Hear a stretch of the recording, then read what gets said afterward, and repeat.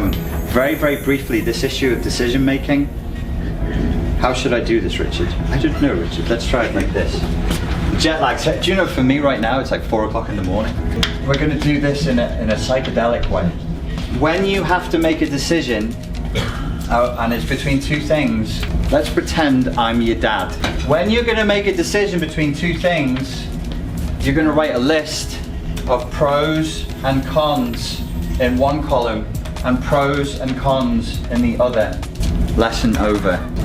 If you have a decision in your life to make between two things, take out a pen and a piece of paper and give yourself the time and the attention and the self-care to take 7 minutes out of your day and write down the pros and the cons of decision number 1 and the pros and the cons of decision number 2.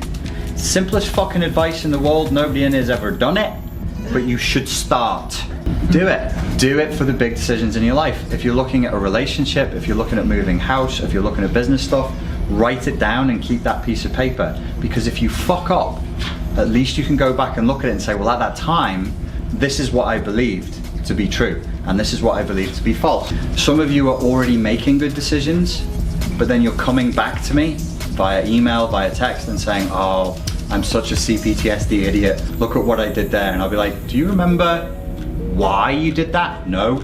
Well, because you said this. Oh yeah, I forgot that. You'll make yourself wrong even if you're right. I had a woman send me a long email yesterday apologizing to me because at a seminar in Liverpool she asked me where the sandwiches were. She was like, that was so rude. I can't believe I would disrespect you and not care about you and ask if you wanted a sandwich. And it's like this long fucking essay, and I'm like, I remember the conversation. I made it a rush because I give people breaks that are like 5 minutes long. I didn't tell you where the sandwiches were, so you asked me. It wasn't your fault, it was mine. I thought it was funny. I laughed at the time. Don't you remember? She's like, oh yeah, I kind of forgot that bit. So your memory, your perceptions will distort, delete, and generalize to fit the belief system. Sometimes I think we're actually manifesting things, and sometimes we're just seeing reality as we paint it. So this is why we do need to get into the beliefs at some point. I wish I brought you some. Do you call them sandwiches here, or are they called something else? You call them sandwiches. Quite right. That's a bit of the colonies that remained. Wonderful. And through those sandwiches, we will take over again.